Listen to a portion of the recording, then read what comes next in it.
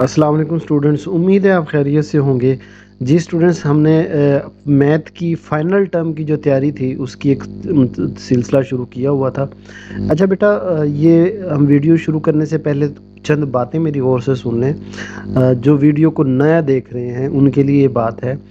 एक तो ये बेटा थर्ड पार्ट है, पहला पार्ट नहीं है, ठीक है। यानी हमने मैथ की जो फाइनल टर्म की मुकम्मल तैयारी थी उसको हमने सोचा था कि हम उसको 5 हिस्सों में डिवाइड करेंगे। तो 2 हिस्से पहले अपलोड हो चुके, ये तीसरा हिस्सा है। और एक और वीडियो है जो ग्रैंड वीडियो होगी, जिसका हमने नाम रखा है रिवीजन क्लास। बेटा वो 2 घंटे की मुकम्मल वीडियो होगी। आपने ये देखनी है, फिर वो देखनी है। आपकी फिर इंशाल्लाह फाइनल टर्म का जो पेपर आए, वो क्वेश्चन कैसा ही आए, इंशाल्लाह वो आपका 100% आपको आता होगा। तो बेटा इसलिए आपने इस वीडियो को लाइक कर देना है, चैनल को आपने सब्सक्राइब कर लेना है। और ये वीडियो आपने सिर्फ देखनी नहीं है, साथ साथ आप इसकी प्रैक्टिस करें। जैसे ही वीडियो मुकम्मल हो जाएगी आपकी, एक और बड़ी वीडियो होगी। उसमें फिर यह है कि सारी चीज़ों की समरी निकाल के आपकी फाइनल टर्म की जो मैथ की तैयारी थी, जो मैंने भी टारगेट रखा हुआ था कि संडे से पहले पहले इंशाल्लाह आपकी मैथ की तैयारी करवा दें। फिर इंशाल्लाह हम साइंस का शुरू करते हैं। और इसी तरह बेटा फिर पेपर डेज में जब पेपर आएंगे तो पेपर भी अपलोड होंगे। ये हमारी तैयारी थी, ताकि हम, क्योंकि एक दिन होता है उसमें तैयारी का टाइम नहीं मिलता। तो बेटा चले वीडियो को शुरू करते हैं। अपने वीडियो को लाइक करके चलना है, चैनल पे नए आए हैं तो इसको आपने सब्सक्राइब भी कर लेना है। जी तो बेटा हमारा जो पहला क्वेश्चन है वो है कि 45 और 1/3 किलोग्राम चीनी हो टोटल अगर हमारे पास, और 5 2/3 के हिसाब से अगर हम किलोग्राम के हिसाब से अगर उसको हमने पैकेटों में पैक करना हो तो टोटल पैकेट्स कितने बनेंगे, ये हम लोगों ने बताना है। तो सबसे पहले देखें कि आपके पास जो चीनी की कुल मिकदार है, जो टोटल मिकदार है आपके पास शुगर की, वो 45 1/3 है। और हर पैकेट में जो आपने फिल करना है उसकी गुंजाइश है 5 2/3 के हिसाब से, ठीक है।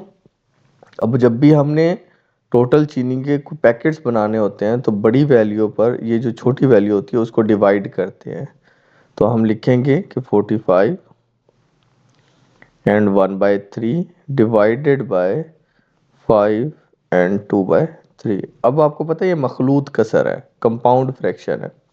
हम इसको सबसे पहले सिंपल फ्रैक्शन में लिखेंगे। अब 45 45 और 3 आपस में मल्टीप्लाई होंगे तो आंसर आएगा 135। 135 जो सा आंसर आएगा वो 1 में ऐड होगा आके, तो टोटल आ जाएगा 136। और ये वाला 3 जो सा वो एज इट इज़ लिखते होते हैं। फिर डिवाइडेड बाय, अब 3 और 5 को मल्टीप्लाई करें तो 15, 15 में 2 जमा कर दें तो कितना बनता है 17 डिवाइडेड बाय 3, ठीक है। अब डिवीजन का जब भी प्रोसेस चल रहा होता है तो हम इसको सब उसके डिवीजन को हम मल्टीप्लिकेशन के अंदर कन्वर्ट करते हैं। ये डिवीजन का साइन है, इसको मल्टीप्लाई करेंगे। जब मल्टीप्लाई करते हैं तो ये वैल्यू रेसिप्रोकल हो जाती है। ऊपर वाली वैल्यू नीचे, नीचे वाली वैल्यू ऊपर। 3 ऊपर आ जाएगा, 17 नीचे आ जाएगा। 3 3 के साथ कट हो जाएगा। और 17 अगर 136 पे डिवाइड करें तो हमारे पास आंसर आता है 8। तो टोटल हमारे पास जो पैकेट्स बनेंगे वो 8 बनेंगे। क्लियर। नेक्स्ट हमारे पास जो क्वेश्चन है बड़ा इंपॉर्टेंट है, ध्यान से समझना है आप लोगों ने। स्क्वायर रूट है, अक्सर बच्चों को स्क्वायर रूट की समझ नहीं आ रही होती। क्वेश्चन है कि find the area of a square shaped field. हमारे पास है 51,076 स्क्वायर फीट है। तो आपने ना, ज़ाहिर बात है जब स्क्वायर की बात हो रही है तो लेंथ पूछना है, तो स्क्वायर का फार्मूला होता है एल स्क्वायर। लेंथ का स्क्वायर वो इक्वल होता है स्क्वायर के। तो हमने लेंथ निकालनी है तो मीन्स हमने स्क्वायर रूट फाइंड करना है। तो हमें जो वैल्यू दी गई है 51,076, तो इसको हम लिखेंगे 51076। अब इसका हम लेते हैं स्क्वायर रूट। ध्यान से समझना, आपने सबसे पहले पेयर बना लेना है। एक ये पेयर बन गया, इस साइड से पेयर बनाना शुरू करते हैं। फिर 10 का पेयर बना, ये वाला नंबर अकेला बच जाता है तो खैर है। अब हमारे पास जो फर्स्ट नंबर है वो 5 है, second number is 10, third number is 76। अब सोचना है आपने ये कि आप दो नंबर सेम ऐसे हों जिनको मल्टीप्लाई करें तो 5 के करीब तरीन आंसर बने। जैसे ही देखिए 1 को मैं 1 से ही मल्टीप्लाई कर सकता हूँ। स्क्वायर रूट में सेम नंबर को मल्टीप्लाई करना होता है। 2 है तो 2 को 2 से मल्टीप्लाई कर सकता हूँ, 3 है तो 3 को 3 से मल्टीप्लाई कर सकता हूँ, 4 है 4 को 4 से मल्टीप्लाई कर सकता हूँ। अब देखिए मेरे पास नंबर है 5, तो ये वाला पेयर 5 के नज़दीक बन रहा है क्योंकि 4 बन रहा है ना, तो मैं 2 को 2 से मल्टीप्लाई करूँ तो आंसर मेरे पास क्या आता है 4। अब जब मेरे पास आंसर 4 आया तो आपको पता है डिवीजन में ये वैल्यू माइनस की जाती है, 5 में से 4 चला गया तो क्या बचा 1। अब ये पूरा पेयर नीचे उतरेगा, 10 का 10 पूरा पूरा पेयर नीचे होता है। अब जैसे ही आपने ये दो नंबर सेम लिखे थे ना, इन दोनों नंबर्स को ऐड कर दो, 2 + 2 क्या होता है 4 होता है। अब देखिए जब 4 था मेरे पास, अब सोचे मैंने 4 के साथ जो नंबर लगाऊंगा उसी नंबर को उससे मल्टीप्लाई करूंगा। मिसाल के तौर पर 4 नंबर ये मेरे पास मौजूद है ना, 4 को के साथ अगर मैं 1 लगाता हूँ तो 1 से ही मल्टीप्लाई करना पड़ेगा, तो वो आता है 41। अगर 4 के साथ 2 लगाता हूँ तो मुझे 2 से ही मल्टीप्लाई करना पड़ेगा, ये बनेगा आपके पास 84। अगर 4 के साथ मैं 3 लगाता हूँ तो 3 को 3 से ही मल्टीप्लाई करना पड़ेगा, तो ये 3 3 ज़ा 9, 3 4 ज़ा 12, 129 बनता है। तो अब देखिए मेरे पास नंबर है 110 और ये लास्ट नंबर 129 मतलब बढ़ रहा है, तो ये चूज़ नहीं कर सकता, ये मैं यूज़ नहीं कर सकता, तो ये 84 वाला नंबर यूज़ करूँगा। मतलब ये जो 4 नंबर एग्जिस्ट कर रहा था उसके साथ 2 लगा के मल्टीप्लाई भी 2 मतलब यहाँ पे भी 2 लगा के यहाँ पे भी 2 लिख दूंगा। अब 42 इस 2 से जब मल्टीप्लाई हुआ था तो क्या आंसर आया था मेरे पास 84। अब मैंने इनको माइनस करना है, माइनस करूंगा 110 में से 84 चला जाएगा तो क्या बचेगा 26। अब ये पूरा पेयर नीचे उतरेगा 76 वाला, ठीक है। अब जैसे इस 2 को और इस 2 को आपने ऐड किया था, मैं थोड़ी स्क्रीन क्लियर कर देता हूँ ताकि बाद में आपको ये चीज़ें क्लियर होती रहें। जी तो देखें, जैसे आपने ये वाला 2 और ये वाला 2 ऐड किया था तो 4 बना था ना, अब इसी तरह पूरा जो 42 है वो इस 2 से ऐड होगा, तो 42 2 से ऐड हुआ तो क्या बना 44। क्लियर बेटा। अब नेक्स्ट देखें, अब मेरे पास नंबर है 44 वाला, तो अब देखिए 44 के साथ मैं कौन सा नंबर लगाऊं कि ये नंबर के करीब करीब पहुंच जाए। मैं ये स्क्रीन थोड़ी सी क्लियर कर दूं, साथ के साथ नीट करता चाहता हूँ। अब 44 नंबर था, 44 के साथ अगर 1 लगा रहा हूँ तो मुझे 1 से ही मल्टीप्लाई करना पड़ेगा, तो वो 441 ही बनेगा। अगर 44 के साथ 2 लगा रहा हूँ तो 2 से ही मल्टीप्लाई करना पड़ेगा, तो क्या बनेगा 2 2 ज़ार 4, 4 2 ज़ार 8। आप कैलकुलेटर पे कर सकते हैं इसको, 4 2 ज़ार 8। इसका मतलब मुझे कुछ बड़ा नंबर चाहिए। अगर मैं 44 के साथ 6 लगाऊं और 6 से मल्टीप्लाई करूं तो आंसर आता है मेरे पास 2676। कैलकुलेटर पे करेंगे, मेरे पास नंबर यहाँ पे भी क्या है 2676 है, तो मतलब यहाँ पर भी मुझे 6 लगाना पड़ेगा, यहाँ पे भी 6 लगाना पड़ेगा, तो क्या बनेगा 2676। माइनस करेंगे तो आंसर क्या आ जाएगा 0। तो ये 226 is the length of one side. Done. अगर लेंथ ऑफ स्क्वायर शेप की, अगर एक साइड की लेंथ निकाली जाए स्क्वायर शेप की, तो मेरे पास क्या बन रही है 226। नेक्स्ट क्वेश्चन की तरफ मूव करते हैं। अलीम एक मोटरसाइकिल खरीदता है 80,000 रुपये में और उसको वो फरोख्त करता है 90,000 रुपये में। नफ़ा आया ना, 80,000 का खरीदा था 90 में बेचा है, तो वो नफ़ा फीसद में मतलब परसेंटेज में आपने परसेंटेज प्रॉफिट निकालना है। अच्छा, कॉस्ट प्राइस मतलब जो कीमत खरीद थी वो कितनी थी 8,000। जो सेलिंग प्राइस थी मींस कीमत फरोख्त थी वो 90,000, 8,000 नहीं 80,000 सॉरी, और जो सेल किया वो 90,000 रुपये में किया। अब प्रॉफिट में क्या होता है, सेल में से आप कॉस्ट प्राइस, सेलिंग प्राइस में से आप कॉस्ट प्राइस निकालते होते हो।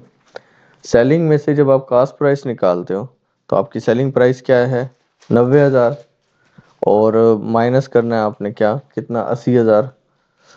तो अब इनको माइनस करें तो क्या बनता है 10,000 रुपये ना, मतलब उसने जो प्रॉफिट कमाया वो कितना कमाया 10,000 रुपये कमाया।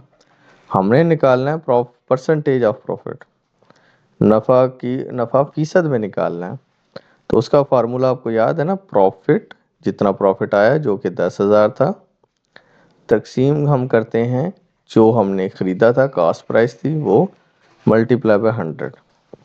प्रॉफिट कितना था हमारे पास, 10,000 था, डिवाइडेड बाय कीमत ख़रीद 80,000 थी, मल्टीप्लाई बाय 100। अब ये 4 ज़ीरो ऊपर वाली 4 ज़ीरो से कट जाएंगी, ठीक है, तो 1/8 मल्टीप्लाई बाय 100। जब इसको कैलकुलेटर पे कैलकुलेट करोगे तो आंसर क्या आएगा, 12.5%। ठीक है। नेक्स्ट क्वेश्चन इंतहाई आसान सा है। A union B, B union A निकालना है। ए का सेट हमें दिया गया है, बी का सेट दिया गया है। अब ए का सेट है हमारे पास 1 से लेकर 10 तक, और बी का सेट है 2 4 6 8। अब लेफ्ट साइड क्या है आपके पास, ए यूनियन बी। तो आप यहाँ पे ए यूनियन बी जो सा था, पहले ए लिखा हुआ है ना, तो पहले ए का सेट लिखें, फिर यूनियन का साइन है यूनियन डालें, फिर बी का सेट है तो बी का सेट लिखें, बी। अब यूनियन में क्या होता था, सारे नंबर लिखने होते हैं लेकिन तरतीब से लिखने होते हैं। मतलब दोनों सेट में तमाम एलिमेंट्स लिखने हैं, तरतीब से लिखने हैं, लेकिन बस जो 2 दफ़ा आ रहा है अपने उसको 1 दफ़ा लिखना है। जैसे कि 1 1 2 2 2 दफ़ा आ रहा था तो 1 दफ़ा लिख दिया, 3 2 दफ़ा 3 एक टाइम ही आ रहा था, लिखना तो ज़रूर है, सारे लिखने हैं ना। 4 3 के बाद यहाँ पर कौन, 4 5, इस तरह चलते चलते कहाँ तक है, 10 तक है। तो ये सारे नंबर इसमें आ जाएंगे, क्लियर।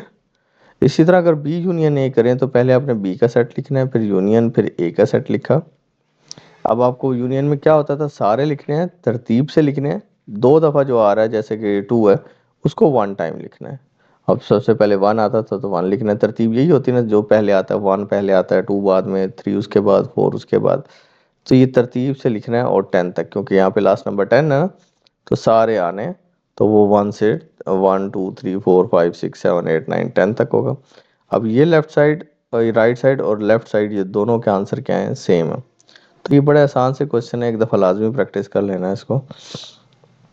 हामिद ने बैंक, नेक्स्ट क्वेश्चन है, हामिद ने बैंक से 60,000 रुपया 4% सालाना, मतलब 60,000 रुपया लिया, और वो कहता है कि 1 साल के अंदर वो 4% इस रकम का बैंक को देगा, और वो 5 साल के लिए कर्ज लेता है।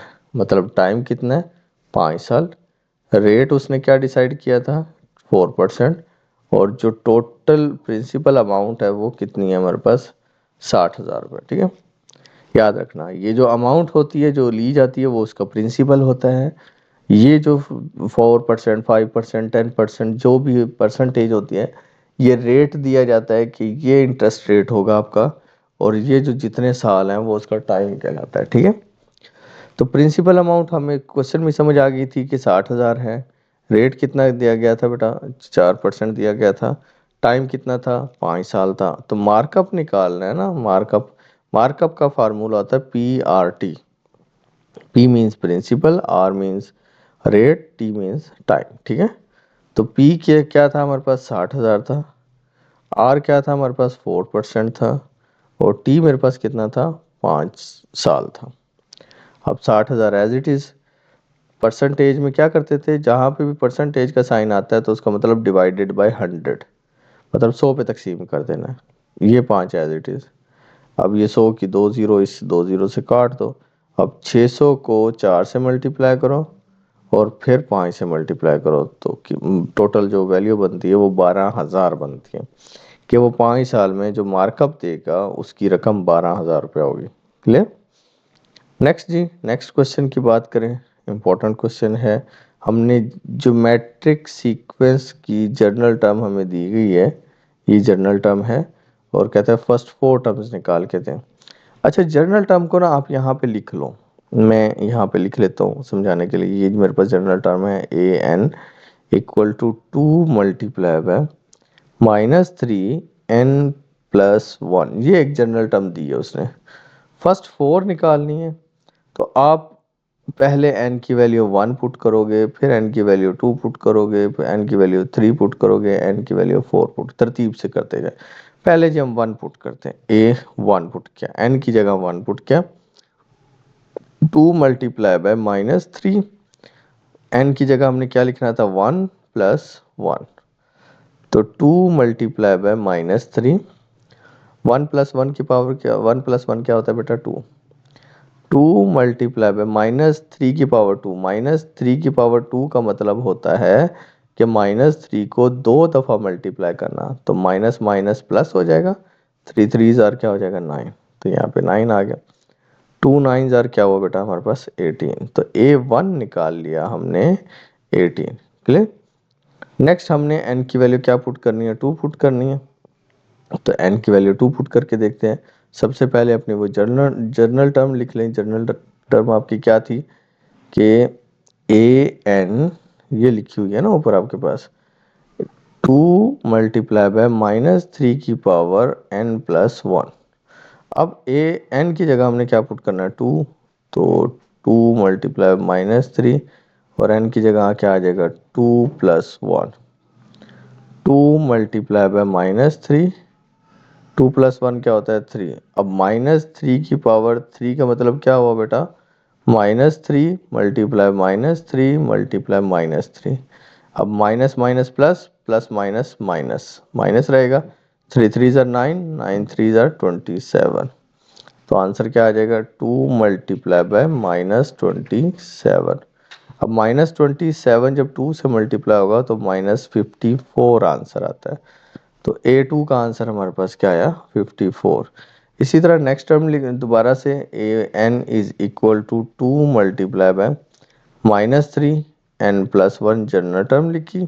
अब A3 फाइंड करना था, तो 3 2 मल्टीप्लाई बाय -3 n की जगह पर हम क्या पुट करेंगे, अब 3 पुट करेंगे, 3 प्लस 1, तो 2 is equal 2 multiply by -3, 3 plus 1 क्या हुआ 4। अब पावर क्या आ गया 4, इवन नंबर है ना, जब भी इवन नंबर होता है तो ये माइनस खत्म हो जाता है, प्लस हो जाता है। 2 मल्टीप्लाई बाय 3 पावर 4। अब 3 पावर 4 का मतलब है कि 3 4 टाइम मल्टीप्लाई होगा, 3 3 ज़ार 9, 9 3 ज़ार 27, 27 3 ज़ार 81, तो यहाँ क्या आ जाएगा बेटा 81। अब 81 को 2 से मल्टीप्लाई करोगे तो हमारे पास क्या आंसर आएगा 162। आपके क्वेश्चन में आपको ये डॉट नज़र आ रहा होगा, इस डॉट का मतलब मल्टीप्लाई ही होता है, ठीक है। इसी तरह नेक्स्ट आपने इसी तरह सेम 4 टर्म लिखनी है। 4 टर्म में n की जगह क्या आ जाएगा 4, 4 प्लस 1 क्या होता है 5। अब 5 इज द ऑड नंबर, तो माइनस खत्म नहीं होगा। अब 3 की पावर 5 लेंगे तो माइनस तो रहेगा, और 5 3 पावर 5 243 होता है। अब 243 जब 2 से मल्टीप्लाई होगा तो आंसर क्या आएगा -486, ठीक है। तो ये हमारे पास सिंपल सा क्वेश्चन था। नेक्स्ट थोड़ा सा टेक्निकल है, ध्यान से बैठना, कोशिश करूंगा इंतहाई आसान तरीके से समझाऊंगा आप लोगों को, बस इस क्वेश्चन पे ज़्यादा फोकस करना है आपने। अब हमारे पास एक क्वेश्चन है कि जी x³ प्लस y³ इसके ऊपर हमने डिवाइड करना है x प्लस वाई को। ये वैल्यू छोटी है ना, तो इस पर डिवाइड होगी, तो x³ प्लस y³ वैल्यू थी, x प्लस वाई उस पर डिवाइड करना। अब बेटा ये वाला x देखें, मैं साथ के साथ अरेज भी करूंगा, तो थोड़ा ध्यान से रखना है, आपने समझना है इसको। ये जो x था ये वाला हमारे पास, x को किससे मल्टीप्लाई करूं कि ये वाली वैल्यू बने, x³ वाली वैल्यू बने। सोचो गौर से कि x को किससे मल्टीप्लाई करूं कि x³ बने। यहाँ नंबर सोचे, मतलब एक x था, 2x चाहिए थे, x को x² से मल्टीप्लाई करूंगा तो क्या बनेगा x³। तो हमने नंबर डिसाइड किया x²। अब x² पहले आके x से जब मल्टीप्लाई हो रहा था, जो हमने डिसाइड किया था वो था x³। यही x² y से आके मल्टीप्लाई होगा तो क्या बनेगा x² y। x² y हम अलग लिख रहे हैं, क्यों लिख रहे हैं, इस वजह से क्योंकि मेरे पास ऊपर कहीं पे भी x² y नहीं है, तो मैंने बिल्कुल साइड पे लिख दिया उसको, ठीक है। लाइन लगाई, नीचे वाली वैल्यू के साइन चेंज करते हैं, ये ऑलरेडी प्लस का था, इसको मैंने माइनस कर दिया, ये प्लस का था, इसको मैंने माइनस कर दिया, तो ये दो तो कट गए। अब ये वाली वैल्यू लिख लेते हैं, ये वैल्यू क्या बच रही थी -x² y, और ये वाली वैल्यू नीचे उतार लो तो प्लस y³। क्लियर। अब मैं थोड़ी स्क्रीन क्लियर कर देता हूँ। तो नेक्स्ट सोचें जी, अब मैं इस x से किसको मल्टीप्लाई करूं कि मेरे पास आंसर आए x माइनस एक्स स्क्र वाई। गौर से सोचना है आपने।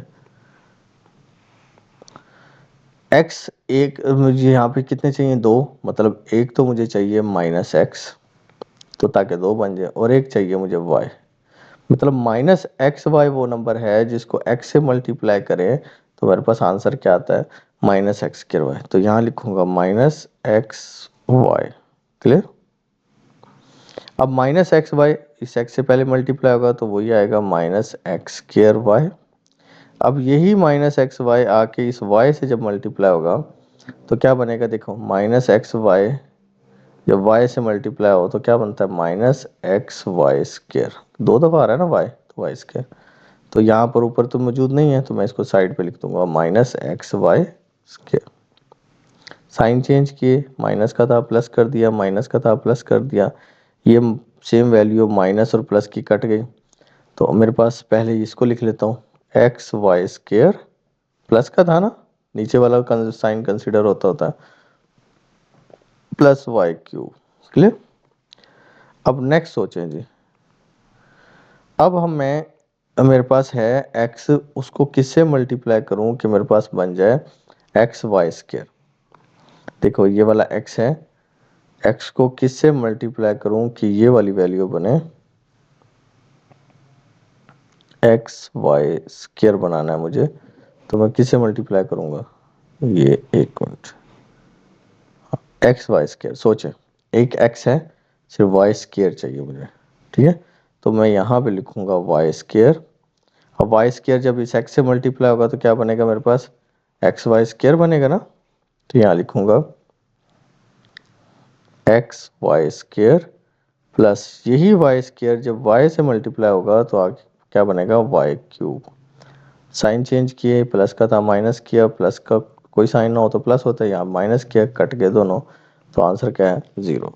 तो मेरे पास जो डिवीजन में आंसर आ रहा है वो आ रहा है x square minus x y plus y square. Clear. एक दफ़ा इसको प्रैक्टिस करनी है, नहीं समझ आया एक दफ़ा दोबारा वीडियो को, इसी क्वेश्चन को दोबारा से देखें, इंशाल्लाह मज़ीद क्लियर हो जाएगा आप लोगों को। उसके बाद प्रैक्टिस ज़रूर कर लें। नेक्स्ट क्वेश्चन है जी, सब्स्टिट्यूशन मेथड के ज़रिए सॉल्यूशन फाइंड करें।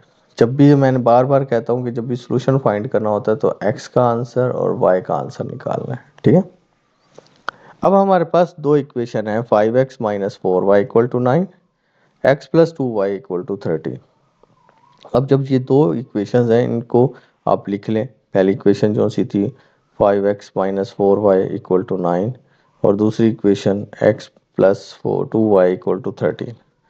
x को सेकंड इक्वेशन को सब्स्टिट्यूट कर लें, इसका मतलब x को रखें, जो प्लस का 2y था उसको इक्वल की दूसरी साइड पे शिफ्ट कर दें, प्लस का 2y था इधर आके माइनस का 2y हो जाएगा। तो x उधर ही रहा, 13 ये एज इट इज आ गया, प्लस का 2y इधर आके क्या हो गया, माइनस का 2y। क्लियर। अब जो x की वैल्यू निकाल चुके हैं उसको इस इक्वेशन में पुट करते हैं। मैं इक्वेशन लिखता हूँ, मैं लिखता हूँ 5x minus 4y equal to 9 था ना, x की वैल्यू हमने क्या निकाली है, 13 माइनस 2y। तो ये वाला जो 5 है वो मैं एज इट इज लिखता हूँ, ये जो x था x की जगह पर ये पूरी वैल्यू लिखता हूँ, 13 माइनस 2y, लास्ट वाला minus 4y as it is आ गया, इक्वल टू क्या आ गया, 9। अब 5 को 13 से मल्टीप्लाई करेंगे तो क्या बनेगा, 65, माइनस 5 जब 2 से मल्टीप्लाई होगा तो 10y, माइनस 4y बाहर वाला as it is equal to 9। अब आप देखें कि 65 minus 10y minus 4y same sign है, ऐड हो जाएंगे 14y इक्वल टू 9। 65 इधर प्लस क्या है, इस साइड पर आगे क्या हो जाएगा, माइनस का 65। तो minus 14y equal to, different sign है, 9 प्लस क्या है, 65 माइनस क्या है, तो आंसर क्या आएगा, माइनस 56। माइनस करेंगे बड़े वाले का साइन लगा देंगे। अब y is equal to minus 56 divided by minus 14। ये 14 मल्टीप्लाई हो रहा है ना y के साथ, इधर आगे क्या हो जाएगा, डिवाइड हो जाएगा, माइनस से माइनस खत्म हो गया। तो 56 पर 14 को डिवाइड कर दें तो आंसर आता है y का 4। अब आपके पास इक्वेशन थी x is equal to 13 minus 2y। ये क्वेश्चन थी ना, ये देखें गौर से। तो y की जगह पर y की वैल्यू पुट कर दें। x equal to 13 as it is minus 2, y की वैल्यू क्या आ गई 4। 13 माइनस 4 टू ज़ार क्या हुआ 8। अब 13 में से 8 चला जाए तो क्या बचता है 5। तो x का आंसर आया 5 और y का आंसर क्या आया 4। तो सॉल्यूशन सेट में पहले हमेशा x लिखते हैं बाद में y। तो x का आंसर क्या आया था 5 माइनस y का माइनस कह रहा हूँ कॉमा y का आंसर क्या आया था 4। तो सॉल्यूशन सेट हमारे पास 5 एंड 4 बना। आसान है ना, प्रैक्टिस ज़रूर करनी है। एक क्वेश्चन है हमारे पास, वॉल्यूम ऑफ हेमिस्फीयर फाइंड करना है, रेडियस 7 सेंटीमीटर दिया गया है। बस आपने मेरा बेटा ये फार्मूला याद रखना है, 2/3 पाई आर क्यूब। अब याद करो हेमिस्फीयर का फार्मूला क्या होता है। हेमिस्फीयर का फार्मूला है 2/3 पाई आर क्यूब, 2/3 पाई आर का क्यूब। ठीक है। नेक्स्ट आपके पास रेडियस दिया गया होगा आपको 7 सेंटीमीटर। आपने फार्मूला लिखना है 2/3 पाई आर क्यूब। तो 2/3 एज इट इज आ गया। पाई की वैल्यू क्या होती थी बेटा 22/7 और आर की वैल्यू क्या होती थी, आर की वैल्यू क्या दी गई है हमें 7 दी गई है। 7 लिखकर उसका क्यूब ले लेंगे। अब 22 को 2 से मल्टीप्लाई करो तो क्या बनता है 44। 7 को 3 से मल्टीप्लाई करो तो क्या बनता है जी 21। और 7 का क्यूब, 7 के क्यूब का मतलब 7 को 3 दफ़ा मल्टीप्लाई करना है। 7 7 ज़ार 49, 49 7 ज़ार 243, 243। अब 243 को 44 से दोबारा मल्टीप्लाई कर दो तो बनता है 15092। ये कैलकुलेटर पे निकल आएगा। 21 नीचे था तो वो एज इट इज आ जाएगा। अब कैलकुलेटर पे इसको ऊपर लिखे और डिवाइड कर दें 21 को तो आंसर आता है 718 या 718.67 सेंटीमीटर का क्यूब। जब भी वॉल्यूम निकालना होता है ना मेरे बेटा तो क्यूब उसका यूनिट होता है। जो यूनिट यहाँ सेंटीमीटर दिया होता है ना, बस आपने उसके ऊपर पावर 3 लिख देनी होती है। वॉल्यूम का ये निशानी होती है। नेक्स्ट क्वेश्चन है सेम वैसे ही सब्स्टिट्यूशन मेथड का। दो दफ़ा हम ये एक दफ़ा हम पहले भी ये वीडियो में कर चुके हैं। तो ये एक दफ़ा आप लोग दोबारा से खुद से प्रैक्टिस करना है, सेम ऊपर वाले की तरह है। लास्ट एक बड़ा इंपॉर्टेंट क्वेश्चन है हमारा, calculate the arc length of a circle. देखो एक सर्कल, सर्कल के सॉरी सर्कल से ऐसा नहीं बन रहा, ये सर्कल, सर्कल का सेंटर, ये फर्ज करो उसकी रेडियस दो। तो ये वाली जो लेंथ है ना, ये वाली length arc of a circle कहलाती है। ठीक है। ये arc length of arc of circle find करना है if the radius of circle, मतलब ये वाला जो रेडियस है वो 6 सेंटीमीटर है। ठीक है। और इनके दरम्यान में ये जो एंगल बन रहा है वो कितना बन रहा है 60 डिग्री का बन रहा है। क्लियर। तो वो एल फाइंड करनी है, लेंथ फाइंड करनी है। तो इसका फार्मूला बेटा आपने याद रखना है। इसका फार्मूला होता है x/360 multiply by 2 pi r. क्योंकि length circumference of circle 2 pi r होता है पूरा। ये जो पूरा गोल चक्कर होता है ना, ये 2 पाई आर होता है। तो x/360 multiply by 2 pi are, बस ये फार्मूला 2-3 दफ़ा लिख के याद कर लो। क्या फार्मूला है x/360 multiply by 2 pi are. दोबारा बोलो एक दफ़ा, x/360 multiply by 2 pi r. Done. अब x की वैल्यू हमें दी गई है जो कि ये थी सॉरी 60 डिग्री थी, एंगल होता है ये हमेशा। तो हम x की जगह लिख देंगे, यहाँ में ये थोड़ा बोल्ड लिखो, यहाँ लिखते हैं, इस x की जगह लिख दूंगा मैं 60, 360 as it is, 2 as it is, pi की जगह पर पाई की वैल्यू 22/7। r क्या दिया हुआ है हमें, r दिया हुआ है 6 सेंटीमीटर, तो यहाँ लिख देंगे 6 सेंटीमीटर। ठीक है। अब देखो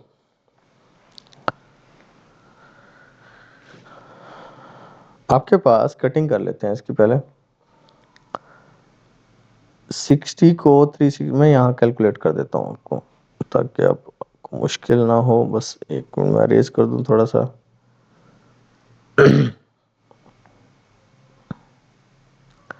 ये देखें जी, हमने फार्मूला लिखा। फार्मूला हमारे पास था x/360 multiply by 2 pi r. X की value 60 degree, 60 over 360 multiply by 2 pi की वैल्यू थी 22/7, आर की वैल्यू हमें क्या दी गई थी 6। क्लियर। अच्छा जी, 0 से 0 क्या 6 1 जार 6, 6 6 जार 6, 6 को मल्टीप्लाई करो तो 36, यहाँ बना 1/6 मल्टीप्लाई 22 को 2 से मल्टीप्लाई करें तो क्या बनता है 44/7 मल्टीप्लाई बाय 6। ठीक है, ये 6 6 से काट दो, बचता हमारे पास क्या है 44/7। 44 को 744 पे डिवाइड करेंगे तो आंसर आएगा 6.29, या 44 को 6 से मल्टीप्लाई कर लो पहले, तो बात वही है सेम। ठीक है, तो जो मेथड आपको आसान लगता है कर लें। तो ये आसान सिंपल से हमारे इंपॉर्टेंट थे, पेपर पास पेपर के क्वेश्चंस थे, तो एक दफ़ा मेरे बेटा इनको लाजमी प्रैक्टिस कर लें। अपना ख्याल रखना, अल्लाह हाफिज़।